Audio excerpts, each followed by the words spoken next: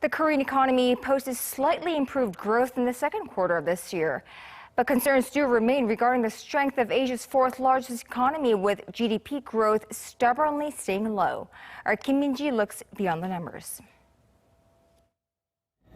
Korea's economic growth has remained under the 1% mark for 3 straight quarters, fueling concerns that the country may be headed for a lengthy cycle of low growth.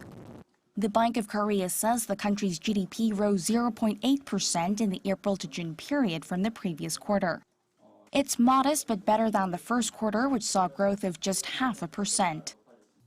Second quarter growth was mainly led by a rise in private consumption. Spending contributed 1.2 percentage points to GDP growth, a turnaround from the negative 0.2 percentage point in the first quarter.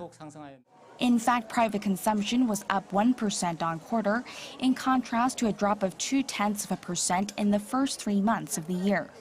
Investment in construction jumped more than 3%, while facilities investment was up 2.8%. But the outlook for growth down the line remains murky, with the Bank of Korea revising down its forecast for this year to 2.7% in July. We think that the growth momentum will continue to show some recovery. However, industrial restructuring and also a slow pace of the developments in the global demand, as well as there is some concern left with the Brexit uncertainties, will pose some downside risk to Korea economy. The central bank has kept its key rate at a record low of 1.25% since June, and the government has also drawn up an extra budget, leading analysts to believe the BOK may wait to gauge the impact of these expansionary measures before opting for another rate cut, possibly in the fourth quarter. Kim Min-ji, Arirang News.